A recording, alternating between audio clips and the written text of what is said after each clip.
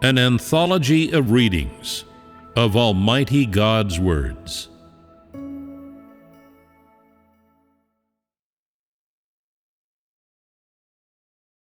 God Himself, the unique VII.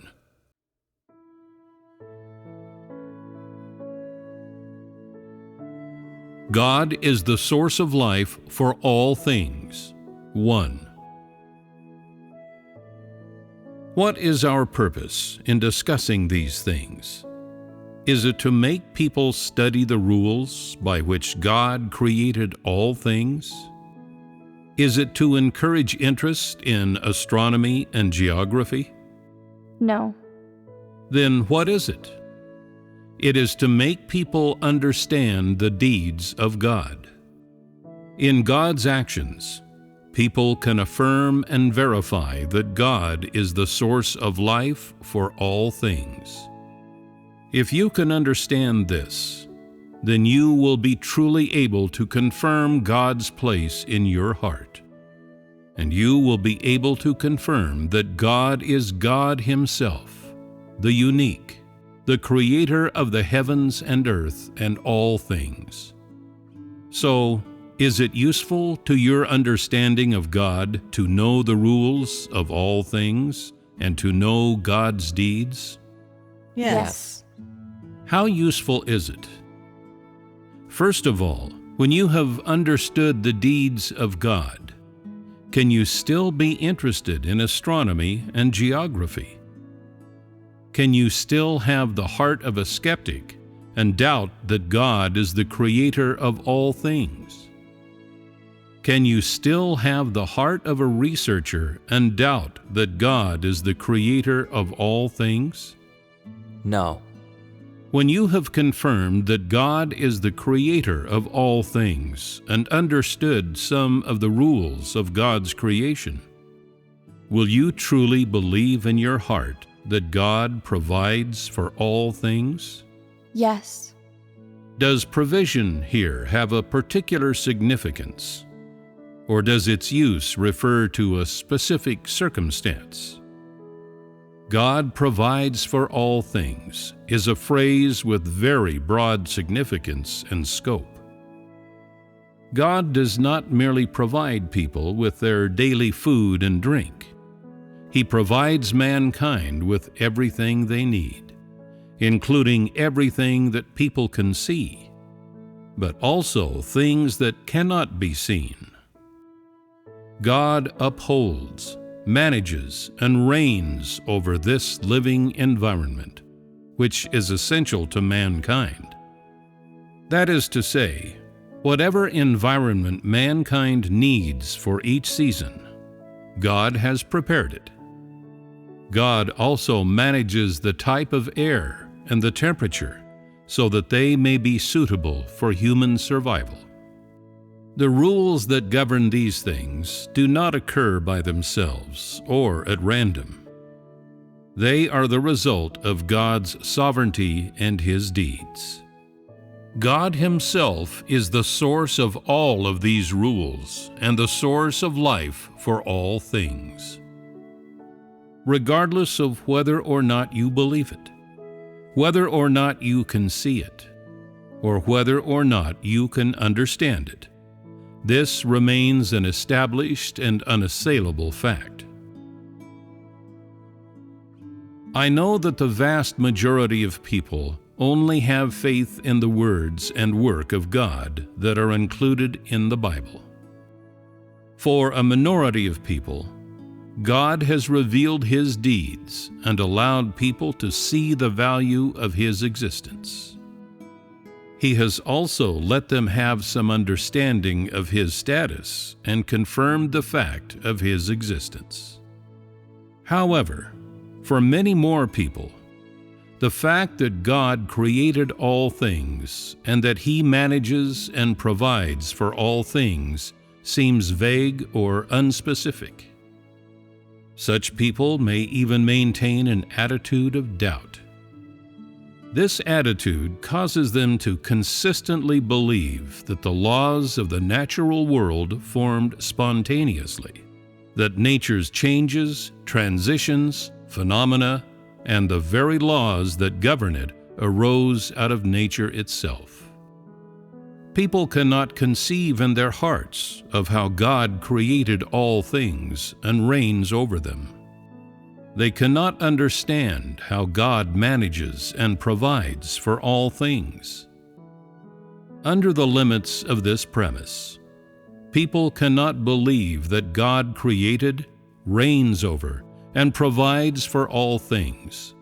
Even those who believe are limited in their belief to the age of law, the age of grace, and the age of kingdom. They believe that God's deeds and His provisions for mankind are exclusively for His chosen people.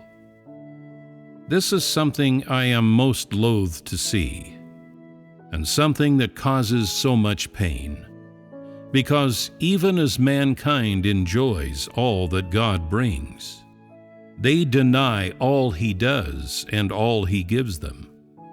People only believe that the heavens and earth and all things are governed by their own natural rules and their own natural laws for survival, and they are without any ruler to manage them or sovereign to provide for them and keep them.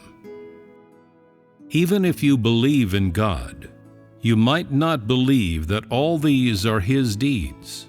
Indeed, this is one of the things most often neglected by every believer in God, everyone who accepts God's word, and everyone who follows God. So, as soon as I begin discussing something that is unrelated to the Bible or so-called spiritual terminology, some people become bored or weary or even uncomfortable. They feel that my words seem disconnected from spiritual people and spiritual things. That is a terrible thing. When it comes to knowing the deeds of God, though we do not mention astronomy, nor do we research geography or biology, yet we must understand God's sovereignty over all things. We must know of His provision for all things, and that He is the source of all things. This is a necessary lesson and one that must be studied. I believe you have understood my words. The two stories I just told, though slightly unusual in content and manner of expression, told, as they were, in a somewhat special way, were my attempt to use straightforward language and a simple approach to help you gain and accept something more profound. This was my only goal. In these little stories and the pictures they paint, I wanted you to see and believe that God is sovereign over all creation. The goal of telling these stories is to allow you to see and know the infinite deeds of God within the finite confines of a story. As to when you will fully realize and achieve this result in yourselves, that depends on your own experiences and your own pursuit. If you are someone who pursues the truth and seeks to know God, then these things will serve as an ever more forceful reminder. They will grant you a deep awareness, a clarity in your understanding, which will gradually draw close to God's actual deeds, with a closeness that will be without distance and without error. However, if you are not someone who seeks to know God, then these stories cannot do you any harm. Just consider them true stories. Have you gained any understanding from these two stories? Firstly, are these two stories set apart from our previous discussion of God's concern for mankind? Is there an inherent connection? Is it true that within these two stories we see the deeds of God and the thorough consideration He gives to everything He plans for mankind? Is it true that everything God does and everything He thinks are for the sake of mankind's existence? Yes. Is God's careful thought and consideration for mankind not very evident? Mankind does not have to do anything. God has prepared for people the air. All they need to do is breathe it. The vegetables and fruits they eat are readily available. From north to south, from east to west, each region has its own natural resources. Different regional crops and fruits and vegetables have all been prepared by God. In the greater environment, God made all things mutually reinforcing, interdependent, mutually strengthening, mutually counteracting, and coexistent. This is His method and His rule to maintain the survival and existence of all things. In this way, mankind has been able to grow safely and serenely within this living environment, to multiply from one generation to the next, even unto the present day. This is to say, God brings balance to the natural environment. If God were not sovereign and in control, then the environment, even had it still been created by God, would be beyond anyone's ability to maintain and keep in balance. In some places there is no air, and mankind cannot survive in such places. God will not allow you to go to them. So do not go beyond the proper limits. This is for mankind's protection. There are mysteries within. Each aspect of the environment, the length and breadth of the earth, every creature on the earth, both living and dead, were conceived and prepared by God in advance. Why is this thing needed? Why is that thing unnecessary? What is the purpose of having this thing here, and why should that thing go there? God already thought through all of these questions, and there is no need for people to think about them. There are some foolish people who think always of moving mountains, but instead of doing that, why not move to the plains? If you do not like mountains, why do you live near them? Is that not foolish? What would happen if you moved that mountain? Hurricanes and huge waves would come, and people's homes would be destroyed. Would this not be folly? People are capable only of destruction. They cannot even maintain the only place they have to live. And yet they want to provide for all things. This is impossible. God allows mankind to manage all things and have lordship over them. But does man do a good job? Man destroys whatever he can. He is not simply unable to keep everything God made for him in its original condition. He has done the opposite and destroyed God's creation.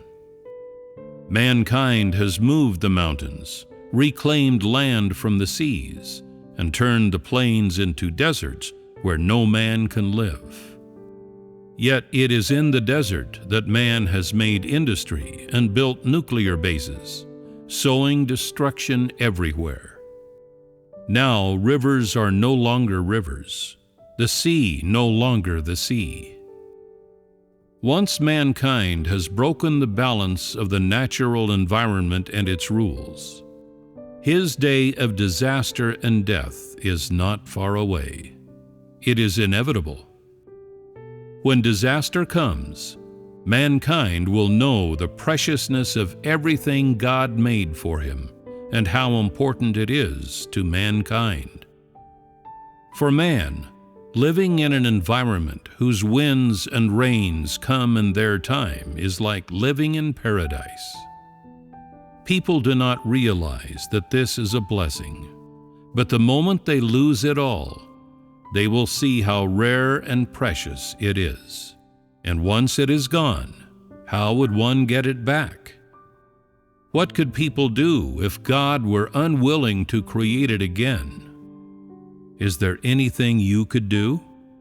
No. There is nothing. Actually, there is something you can do. It is very simple. When I tell you what it is, you will know immediately that it is feasible. How is it that man has found himself in his current state of existence? Is it because of his greed and destruction? If man ends this destruction, will his living environment not gradually right itself?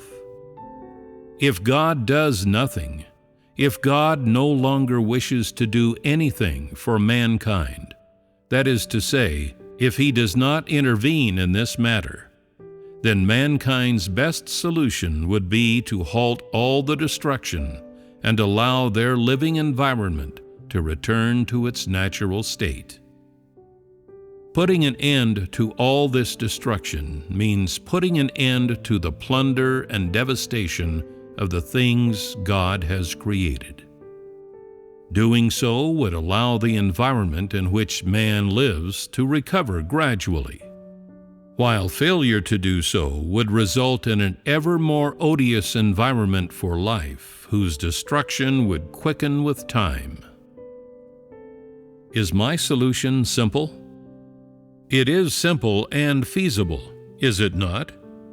Simple indeed, and feasible for some people. But is it feasible for the vast majority of people on earth?